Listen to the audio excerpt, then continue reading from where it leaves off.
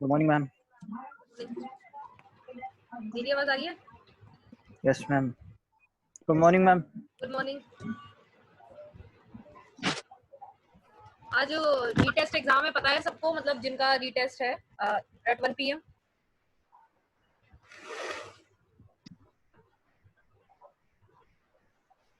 Hello ma'am पता होगी जिसका होगा। नहीं जी, जो यहाँ पर अभी प्रेजेंट है स्टूडेंट। चलो ठीक है, अभी क्लास को वाइंड अप करने से पहले अभी तो क्लास शुरू हुई है, अभी एक हाँ मिनट हाँ भी नहीं हाँ, हुआ। अभी वाइंड अप करने से पहले 10 मिनट बात करनी है मुझे रिगार्डिंग रीटेस्ट, वो तब करते हैं।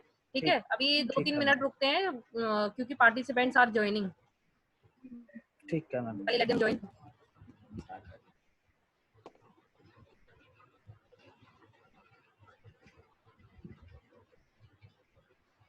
मैम हाँ बोलो।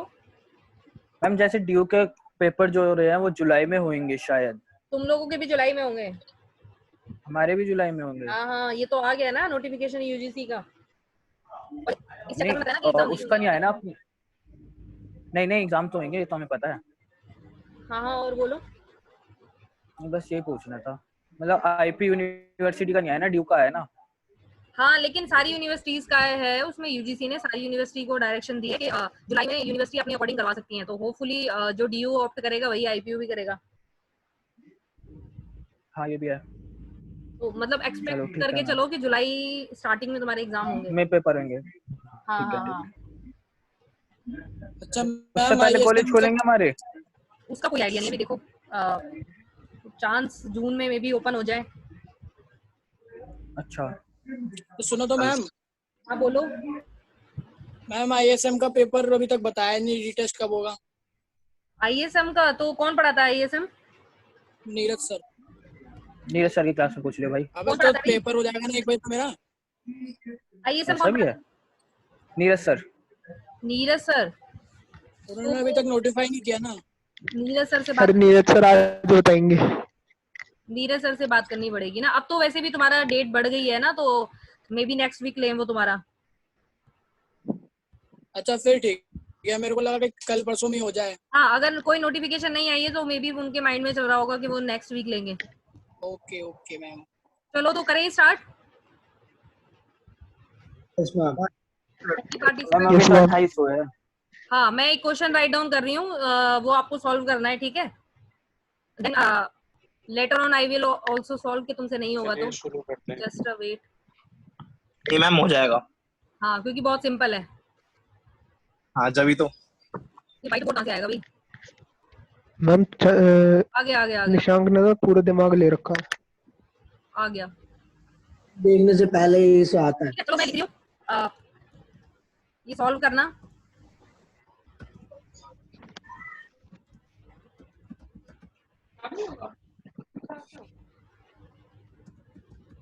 खा लेना थोड़ी देर में, ठीक है? ठाकुर हाँ भाई तू सॉल्व कर, मैं आता हूँ।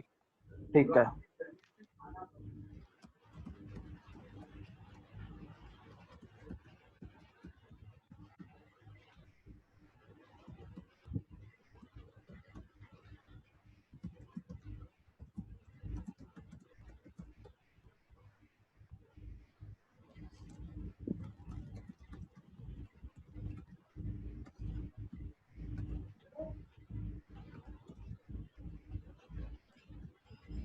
ठीक है, ये क्वेश्चन है। Current market price of share 110, current dividend per share is 5.50, मतलब एक डिविडेंड के ऊपर कंपनी, सॉरी एक शेयर के ऊपर कंपनी 5 रुपए का डिविडेंड देती है, ठीक है? 5.5 का। Assuming dividend grow at a rate of 5%, हर साल जो है ग्रोथ रेट कितनी होती है? 5% की होती है डिविडेंड में। कैलकुलेट करना है कॉस्ट ऑफ इक्विटी, ठीक है? अब 1 मिनट में वो अब ये कौन सा वाला देखो, कॉस्ट ऑफ इक्विटी कैलकुलेट करनी है। कॉस्ट ऑफ इक्विटी कैलकुलेट करने के मैंने 4 मॉडल्स बताए थे कि 4 अप्रोचेस हैं। With the help of these approaches हम कैलकुलेट कर सकते हैं कॉस्ट ऑफ इक्विटी, ठीक है? अब इसमें देखो, इसमें आपको एक चीज दी है, ग्रोथ रेट गिवन है ना। 1 मिनट में वो पीडीएफ भी यस ओपन मैम। कर, 1 मिनट वो पीडीएफ ओपन करने दो, रुको 1 मिनट। वो नोट्स है मैंने दिए थे तुम्हें, 1 मिनट। तो CAGR यूज होगा ना? ग्रोथ रेट वाला फॉर्मूला यूज होगा। मैं 1 मिनट ओपन कर देती हूँ मेरे को। P1 by P0 plus G. FV upon वो पीडीएफ ना जिसमें फॉर्मूलेज हैं, रुको।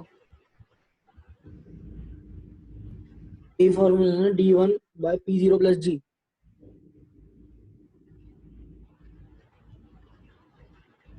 Just wait. ये वाली जो पीडीएफ हमने पढ़ी थी ना, इसमें देखो नीचे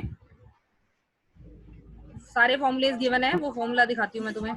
शो नहीं है इसमें ये वाली मैंने शेयर भी की थी तुम्हारे साथ। मैम, शो नहीं हो रही। एक minute, just wait. Cost of equity की बात करते हैं। हाँ, ये रहा, देखो कॉस्ट ऑफ इक्विटी के, ये रहा ना, ये दिख रहा है तुम्हें? Cost of equity share capital की प्रोसेस है। नहीं दिख रहा। नहीं हो गया। नहीं मैम, तो ये कैसे होगी? अच्छा, 1 मिनट को न्यू शेयर करने के बाद स्क्रीन। मैम व्हाइट बोर्ड बंद करो। हाँ हाँ, ये रहा, अब दिख रहा बात है? होगी। अब दिख रहा है? यस, बताओ भाई, अब दिख रहा है ये पीडीएफ? हाँ जी हाँ जी। Yes ma'am. हेलो। मैम दिख रहा है, मैम दिख हाँ रहा जी है। मैम, दिख रहा है। हाँ, तो देखो इसमें देखो दिख रहा है ma'am. Cost of equity share capital की देयर आर 4 अप्रोचेस। ठीक है, ये 4 अप्रोचेस पढ़ी थी ना हमने, dividend price, earning price, realised yield और सीएपीएम मॉडल। सो अब इसमें आगे देखो, डिविडेंड प्राइस अप्रोच में ये था, एक था आपका कांस्टेंट डिविडेंड, जब कंपनी हर साल सेम डिविडेंड करती है तो आपको ये फॉर्मूला अप्लाई करना है। इसके बाद था जब कंपनी की ग्रोथ है वो कांस्टेंट है, मतलब हर साल कंपनी एक ही ग्रोथ रेट से डिविडेंड को ग्रो करती है, तो ये वाला फॉर्मूला अप्लाई करना है। अब मुझे बताओ, जो मैंने आपको क्वेश्चन दिया है वो कौन से कैटेगरी से बिलोंग कर रहा है, दिस कैटेगरी, या कौन सा फॉर्मूला अप्लाई करना पड़ेगा आपको? जो भी क्वेश्चन है, ग्रोथ रेट सेकंड वाला, ग्रोथ वाला। Growth rate. कौन सा? ग्रोथ रेट वाला ना? हाँ, क्योंकि उसमें दिया हुआ ग्रोथ है, वाला। उसमें मेंशन है कि कंपनी का जो ग्रोथ रेट है वो 5% है पर ईयर, ये गिवन है। ठीक है, so you have to apply this formula. आपको ये अप्लाई करना है formula, cost of equity is equal to D1 is your dividend divided by P0 is market price of share plus G का मतलब है ग्रोथ रेट। अब इस फॉर्मूले के अकॉर्डिंग मुझे बताओ जरा, उस क्वेश्चन का आंसर बताओ, क्या कॉस्ट ऑफ इक्विटी कितनी आ रही है?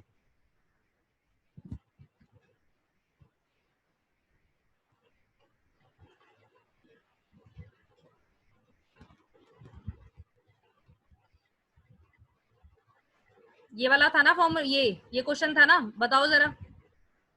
Cost of equity is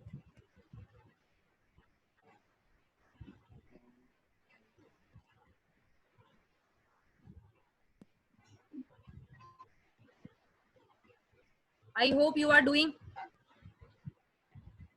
yes ma'am. Ma'am D1 हमारा 110 है। कितना? 110 है ना D1? डिविडेंड पहले आप लोग बताओ कितना आ रहा है? गुड अच्छा, morning ma'am. D1 dividend 1.5। Good morning ma'am. Morning.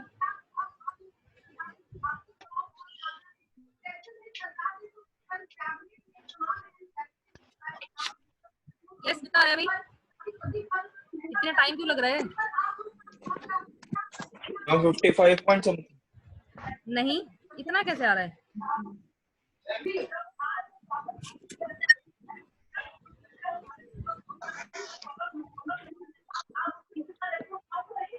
Ma'am 5.05।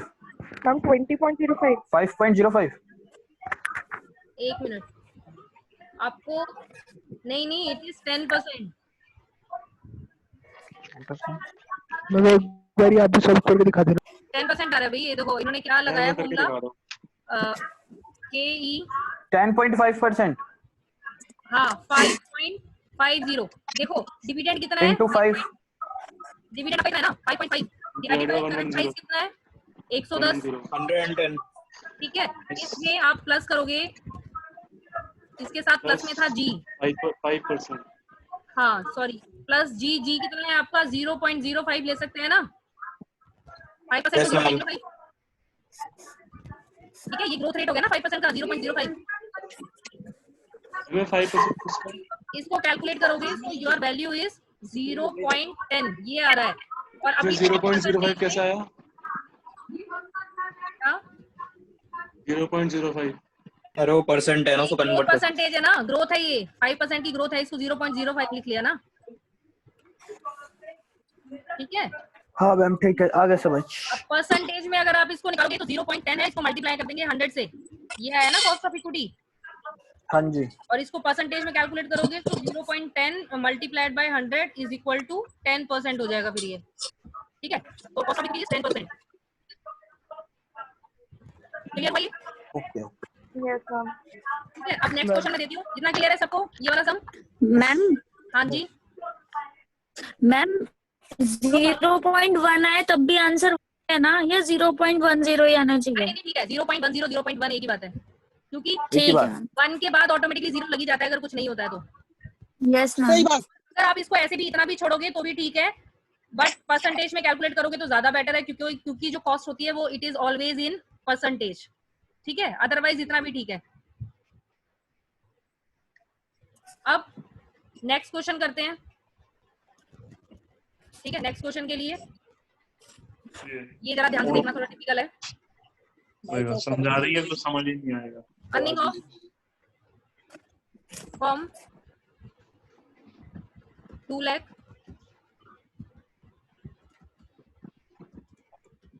Selling price ₹200 पर शेयर, ठीक है। टोटल शेयर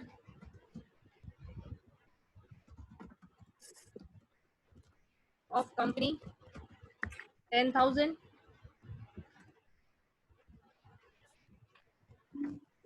फ्लोटेशन कॉस्ट ₹10 पर share,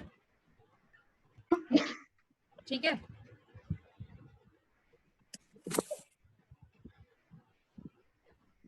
company decided to raise the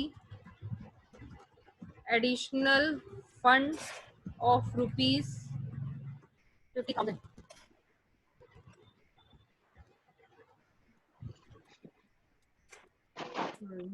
by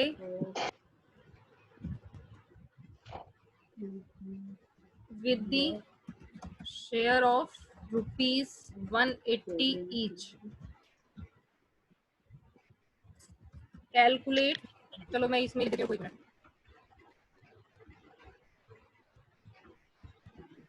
आपको कैलकुलेट KE कैलकुलेट करना है।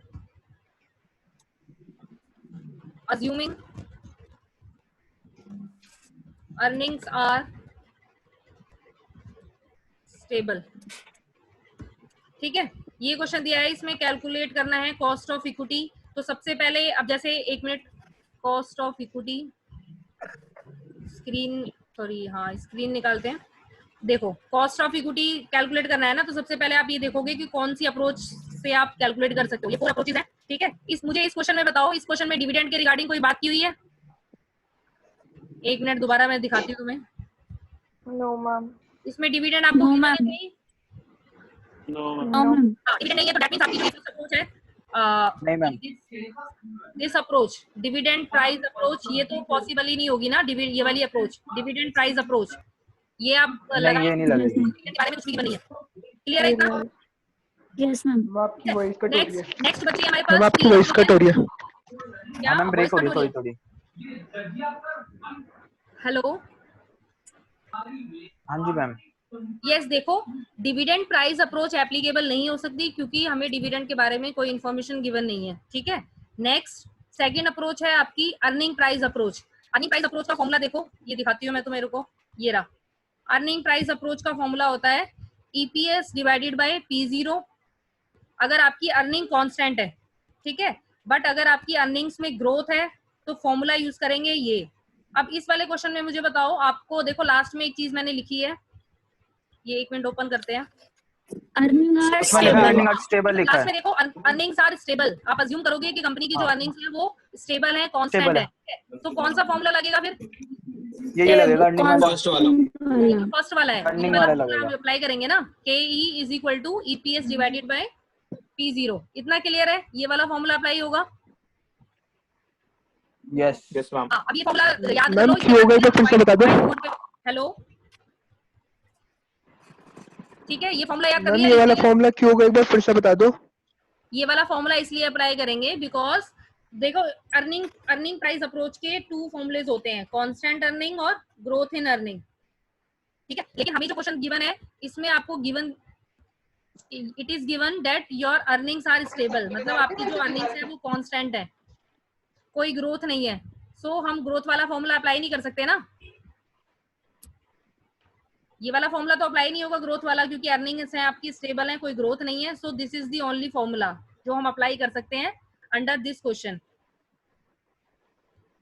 ओके मैम, समझ गया। ठीक है, अब ये वाला फॉर्मूला याद कर लो, ईपीएस डिवाइडेड बाय P0। अब देखो इसको सॉल्व कैसे करना है आगे, 1 मिनट। हाँ, तो सबसे पहले फॉर्मूला था, फॉर्मूला एक बार लिखते हैं दोबारा, रुको। फॉर्मूला ईपीएस डिवाइडेड बाय, हाँ, तो सबसे पहले आपको ईपीएस कैलकुलेट करना पड़ेगा, क्योंकि फॉर्मूला था हमारा कि formula is KE is equal to EPS divided by market price. PU। ये फॉर्मूला था ना, EPS divided by P0। Yes. ठीक है, तो सबसे पहले आपको EPS कैलकुलेट करना पड़ेगा, अर्निंग प्राइस पर शेयर। एक शेयर की अर्निंग कैलकुलेट करनी है तो कैसे कैलकुलेट करेंगे, अगर हमें बोल दिया जाए 200 डिवाइड बाय 10। हाँ, EPS कैलकुलेट होगी, देखो EPS is equal to total earning divided by number of shares, जितने कंपनी के शेयर्स हैं। ठीक है, सो कितने हैं, अब बताओ जरा, टोटल अर्निंग और नंबर ऑफ शेयर को डिवाइड करेंगे तो EPS कितना आ रहा है?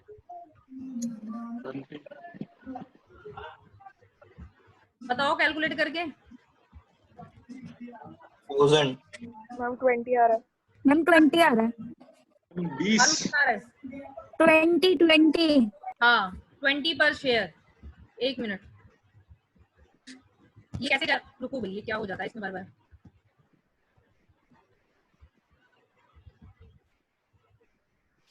ये अलग ही टेक्स्ट बॉक्स ले लेता है। हाँ, तो टोटल अर्निंग्स हैं आपकी 2 lakh divided by total shares हैं 10,000 is equal to earning price per share आ गया 20 रुपीज। ठीक है, इतना क्लियर है? ये 20 कैसे आया? Yes ma'am. Yes ma'am. अब आपको कैलकुलेट करना है P0, क्योंकि फॉर्मूले में नीचे क्या दिया हुआ है P0। अब P0 कैसे कैलकुलेट होगा? देखो, कंपनी के 2 प्राइसेस आपको गिवन है, सेलिंग प्राइस 200 रुपीज और फिर नीचे और दिया हुआ है कि कंपनी का जो प्राइस ऑफ शेयर है अब वो कितना है, 180 रुपीज ईच है। तो आपको जो प्राइस कंसीडर करना है ये वाला कंसीडर करना है 180 रुपीज। ठीक है, अब देखो 180 रुपीज का टोटल प्राइस है, ये अभी डिसाइड कर रहे हैं पर हुआ थोड़ी है। वॉइस ब्रेक हो रही है, आपकी आवाज गई टोटली। अब आ रही है? हाँ आ रही है। मैम, ये जो था 180 रुपीज पूरा डिसाइड हो चुका है। हाँ, देखो 180 प्राइस है और आपको फ्लोटेशन कॉस्ट कितनी गिवन है? 10 रुपीज। मैम ये फ्लोटेशन कॉस्ट बता दो क्या है इसमें। ये तुम्हारी वॉइस मेरे को क्लियर नहीं आ रही है, क्या बोल रहे हो? मैम आप मैम एक बार फ्लोटेशन कॉस्ट बता दो क्या होती है, एक बार फिर से। फ्लोटेशन कॉस्ट का मतलब होता है ट्रांजैक्शन कॉस्ट, जब आप शेयर उस टाइम पर जो कॉस्ट आती है कंपनी को मैम समझ में नहीं आया, आपकी वॉइस कट हो रही है। अरे जब हम कंपनी में शेयर रेज करते हैं तो उसके लिए जो कॉस्ट आती है उसको फ्लोटेशन कॉस्ट का मतलब होता है when the company issue shares, तो कंपनी को एक्सपेंसेस होते हैं, लाइक प्रोस्पेक्टस पब्लिश करवाने का जो एक्सपेंस है, ब्रोकर को कमीशन देना पड़ता है, मतलब बहुत सारे एक्सपेंसेस होते हैं, उन सबको हम फ्लोटेशन कॉस्ट बोलते हैं। ओके मैम, समझ गया। कंपनी का शेयर का प्राइस है 180 शेयर का प्राइस है, जिसमें से आपकी 10 रुपीज की क्या है, फ्लोटेशन कॉस्ट है। तो टोटल प्राइस कितना हो जाएगा? 180 माइनस 10। हाँ, तो टोटल प्राइस इज 170। क्योंकि आपको हमें ये देखना है ना कि हमारा टोटल पैसा कितना आ रहा है हमारे पास। 180 आना चाहिए, लेकिन जिसमें से 10 रुपए की हमें कॉस्ट पड़ रही है, तो हमारे पास टोटल पैसा कितना आ रहा है? 180 माइनस 10 इज इक्वल टू 170। ठीक है, तो आप P0 के यहाँ पर लिखोगे नीचे 170। हाँ बोलो। बट ये जो 170 जो कॉस्ट आई है वो 50,000 शेयर्स की आई है ना? नहीं, ये किसकी आई है? करंट वैल्यू है शेयर्स की। दोबारा बोलो, तुम्हारी वॉइस चली गई बीच में। हाँ मैम, ये 170 जो कॉस्ट आई है वो किसके लिए आई है? मतलब किसके लिए आई है? Current price of share P0। नीचे देखो ना, सुनील। फॉर्मूला क्या कह रहा है, P0 मतलब जो आपका अभी करंट प्राइस है, तो करंट प्राइस कैसे निकलेगा, 180 माइनस जितने की आपको अगर सपोज ये नहीं दिया होता है, आपको फ्लोटेशन कॉस्ट नहीं गिवन होती, तो आपका टोटल प्राइस होता 180, बट फ्लोटेशन कॉस्ट दी हुई है 10 rupees, so 180 minus 10 is equal to 170। अब जरा ये कैलकुलेट करके बताओ कितना आएगा। ये आपको लिखना है KE। मैम मतलब ये कह रही है जो company decide to raise additional fund of ₹50,000 with a share of 180 per each. हाँ हाँ, तो इसका मतलब कंपनी ने अगर देखा जाए तो 50,000 इंटू 180 और 277 शेयर्स यूज करे हैं, तो मतलब इसकी कोई मतलब नहीं है इसका यहाँ पे। नहीं इसका यहाँ पे कोई यूज नहीं है। ये जो आपको ये कंफ्यूज करने के लिए दिया हुआ है, इसमें कंपनी को सिर्फ ये है, देखो कंपनी के पास टोटल फंड कितने हो गए, 2 लाख पहले थे, 50,000 और ले लिए, 2.5 लाख हो गए ना। लेकिन इस फॉर्मूले में हमें टोटल मैम फंड 50,000 नहीं, आपने लिखा है ₹50,000 एडिशनल फंड ऑफ ₹50,000, तो मतलब 277 शेयर होते हैं इस हिसाब से। हाँ, डिवाइड करने पे 277 आ रहा है 180 से। मैम एक बार आप क्वेश्चन चेक कर लो या फिर 170 से डिवाइड confusing हो तो। करना है, 180 से नहीं। लोग सुनील सुन मेरी बात हाँ, हेलो 180 से होगा भाई, हेलो तू भाई बोल। मेरी आवाज आ रही है सुनील? 180 से ही बोल, होगा ना। हाँ भाई बोल। भाई मैं कह रहा हूँ देख 200 पे उन्होंने पहले इशू करा था, 180 उनका करंट मार्केट प्राइस है, तो 180 पे ही इशू कर अरे सकते देखो हैं। अर्निंग तो 2 लाख है ना, और कंपनी जो टोटल फंड्स है वो 50,000 की और मार्केट से लेना चाहती है, ये फंड्स लेना चाह रही है ना, ये अर्निंग थोड़ी है कंपनी की। अगर हम ईपीएस कैलकुलेट करते हैं तो ईपीएस के टाइम पर हमें लेना होता है टोटल अर्निंग्स कि कंपनी की अर्निंग कितनी है, नॉट के कंपनी के पास फंड्स कितने हैं। नहीं मैं तो मैम ये पूछ रहा था इसका कोई मतलब यूज है या फिर नहीं है, नहीं इसको नहीं हम नहीं, ऐसे ही छोड़ देंगे। ये जो आया है जस्ट आपको कंफ्यूज करने के लिए दिया हुआ है, क्योंकि फंड्स का इस अच्छा, अच्छा। फॉर्मूले में कोई यूज नहीं है। आप देख सकते हो इस फॉर्मूले में फंड्स का कोई यूज है नहीं है ना, तो this is just given for your confusing कि ये कंफ्यूज कर रहा है, इसमें हमें यूज करना है ओनली प्राइस और ओनली ईपीएस। ठीक है मैम, ठीक है ठीक है। अब इस फॉर्मूले में देखो वैल्यू क्या पुट करेंगे, 20 डिवाइडेड बाय 170 170 मल्टीप्लाई 100 का 11.11 परसेंटेज में कैलकुलेट करना है। 11.76 वैल्यू इज 11.76%। यस 11.76%। ये कॉस्ट ऑफ इक्विटी आ गई, ठीक है, कॉस्ट ऑफ इक्विटी 11.76। अब एक नेक्स्ट क्वेश्चन और करते हैं सीएपीएम मॉडल का, वो भी बहुत छोटा सा है। ऐसे ही क्वेश्चन आएंगे पेपर में, अगर आएंगे तो छोटे बहुत थोड़े मतलब छोटे, या अदरवाइज नहीं तो आप पेपर में क्या करना, अगर इसका थ्योरेटिकल क्वेश्चन आता है तो कोई भी ऐसे छोटा सा एग्जांपल लेके एक्सप्लेन कर देना।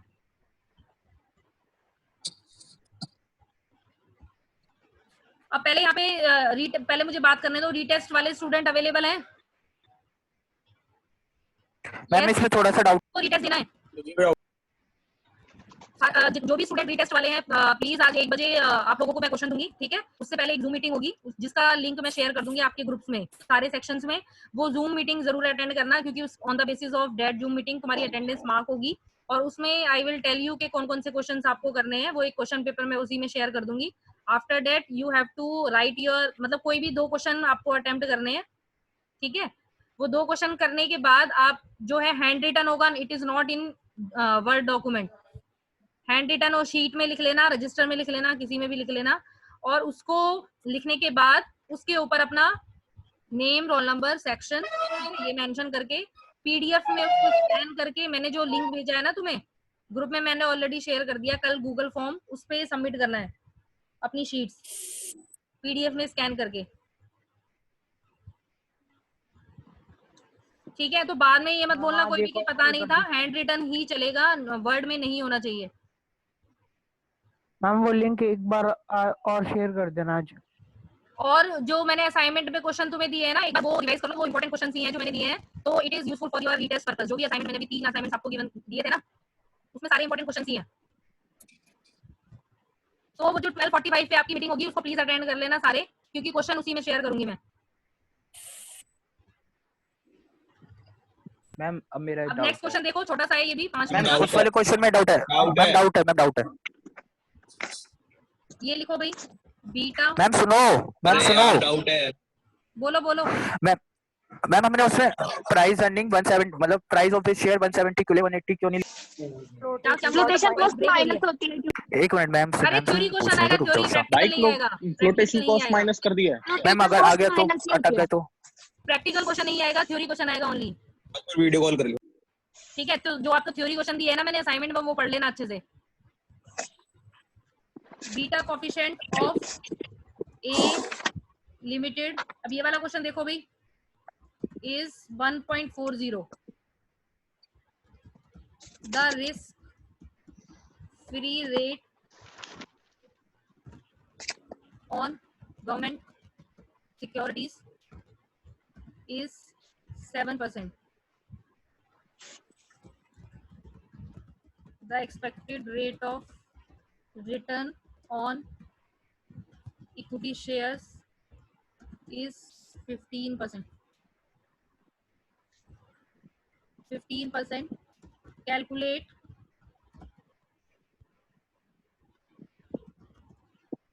KE as per CAPM model. ठीक है, अब इसमें तो आपको देखो मॉडल दे ही दिया है कि कौन से मॉडल की हेल्प से आपको कॉस्ट ऑफ इक्विटी कैलकुलेट करनी है। इसमें क्या क्या गिवन है, बीटा कोएफिशिएंट गिवन है, risk free rate of return given है, expected rate of return given है। ठीक है, और आपको बोला गया है calculate the cost of equity as per the CAPM model. अब जरा सीएपीएम मॉडल खोलते हैं जो हमने पढ़ा हुआ है। सीएपीएम मॉडल देखो, सीएपीएम मॉडल का फॉर्मूला था ये रहा, you can see here capital asset pricing model, ये दिख रहा है। ठीक है, सीएपीएम मॉडल के अकॉर्डिंग आपकी जो फॉर्मूला है, this is the formula. Cost of equity calculate करते हैं हम, RF risk free rate of return, ठीक है, प्लस बीटा ब्रैकेट में आरएम, आरएम इज ये मैंने बताया था उस दिन मार्केट पोर्टफोलियो माइनस आरएफ। ठीक है, ये फॉर्मूला पहले लिख लो अपनी नोटबुक में सो डेट कि हम फिर इसे व्हाइट बोर्ड पे करेंगे। हमें बीटा की वैल्यू तो हमें गिवन होती है ना, बीटा कोएफिशिएंट होता है, बीटा तो कोएफिशिएंट दे तो रखा है उसमें 1.40। हाँ, बीटा की वैल्यू गिवन तो है। मतलब हम भी अब कोई देखो, वैसे वेरिएबल तो नहीं होता ना कोई। देखो इसको जरा इसका फॉर्मूला लिख लेते हैं यहाँ पर। क्या फॉर्मूला था, K E is equal to formula is RF, RF क्या होता है, risk free rate of return, जिसमें मतलब कोई भी रिस्क नहीं है। ठीक है, plus beta coefficient bracket start R M, R M का मतलब होता है return on market portfolio minus R F risk free rate of return. ये फॉर्मूला है आपका as per CAPM model. Clear है, पहले इतना फॉर्मूला ये। ठीक है, अब इसमें देखो वैल्यूज पुट करनी है फॉर्मूले में, तो क्या क्या वैल्यूज आएंगी, K E is equal to R F कितना गिवन है, risk free rate of return 7%। It is 7%, 7% लिख सकते हो या 0.07। ठीक है, कैसे भी कर सकते हो, या तो परसेंटेज में निकालो या 0.07 करके। 7% प्लस बीटा कितना गिवन है, beta coefficient 1.40। 1.40 is beta coefficient. हम बीटा कोएफिशिएंट का वो क्या होता है, यूनिट क्या होता है, हम आपकी वॉइस ब्रेक हो रही है। आवाज कट रही है आपकी। हेलो, हाँ मैम, आइए सुनो, 2 मिनट की बातें फिर डिस्कस कर लेना। मैम आवाज नहीं आ रही आपकी। ठीक है, आरएम का मतलब होता है जितनी भी इन्वेस्टमेंट आपने कर रखी है उन सारी इन्वेस्टमेंट पर आपको जितना जितना रिटर्न मिल रहा है उन सबका टोटल। ठीक है, मार्केट पोर्टफोलियो का मतलब होता है summation of all the returns, जितनी भी इन्वेस्टमेंट आपने कर रखी है उन सब से जितना जितना रिटर्न मिल रहा है उसका जब हम ऐड करते हैं तो दैट इज दी आरएम। लेकिन इस वाले क्वेश्चन में सिर्फ आपको एक ही इन्वेस्टमेंट दी हुई है, that is the equity share. एक इन्वेस्टमेंट है ना, ले लेंगे कि आपको इक्विटी शेयर से कितना रिटर्न मिलता है, 15%। तो आरएम कितना होगा, 15% होगा, बिकॉज कोई और इन्वेस्टमेंट के रिगार्डिंग इन्फॉर्मेशन गिवन नहीं है। 18.2 आंसर क्या, हाँ 18.2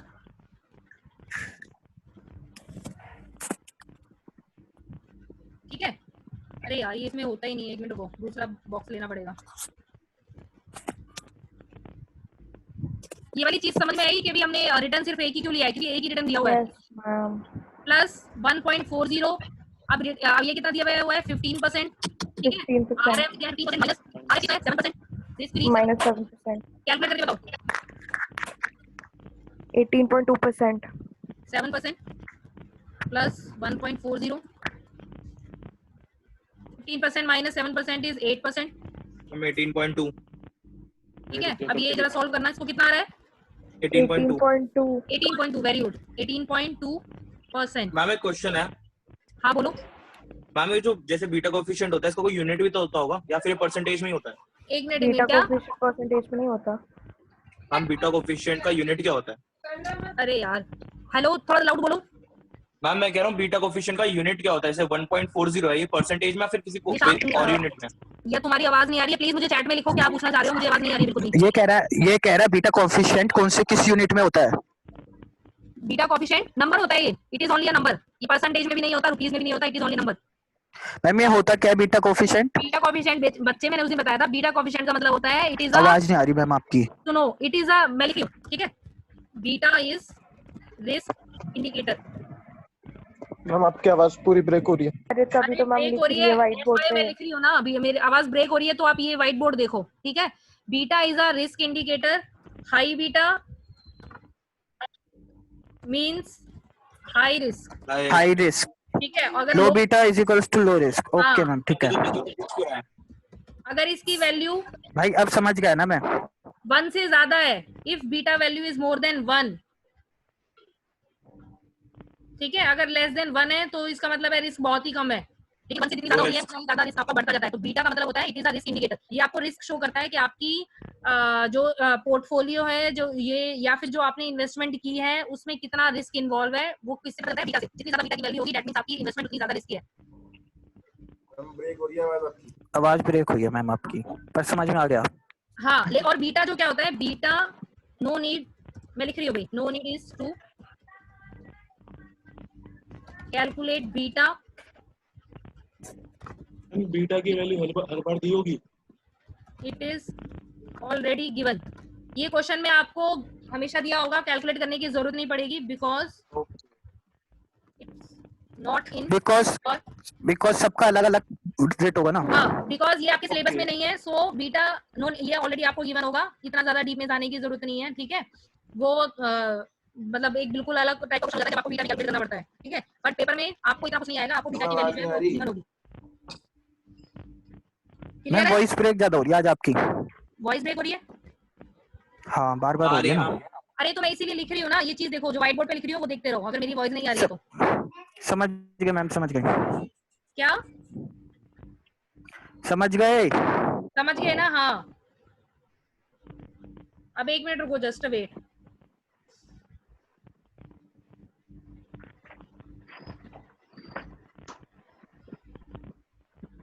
कितने पार्टिसिपेंट है? 65। चलो ठीक है। तो इस टाइप के क्वेश्चंस हैं। मैंने जो एक कॉस्ट ऑफ कैपिटल की न्यूमेरिकल पीडीएफ तुम्हें सेंड की है, ठीक है। अभी 3 दिन पहले मैंने तुम्हें कॉस्ट ऑफ कैपिटल की 2 पीडीएफ शेयर की थी। एक पीडीएफ तो ये वाली थी जिसमें फॉर्मूलेज हैं सारे, और वो हाईलाइट कर कर रखा है मैंने येलो से, जो जो आपको पढ़ना है, ठीक है। एक दूसरी पीडीएफ भी मैंने शेयर की थी जिसमें आपको प्रैक्टिकल क्वेश्चंस गिवन है, ठीक है। So on the basis of these practical questions आप अपनी प्रैक्टिस कर सकते हो। ये इस वाले चैप्टर की फॉर्मूलेज ऑलरेडी गिवन है, जो पीडीएफ मैंने तुम्हारे साथ शेयर की है।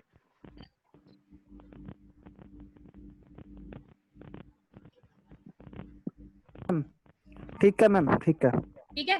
So I hope all the best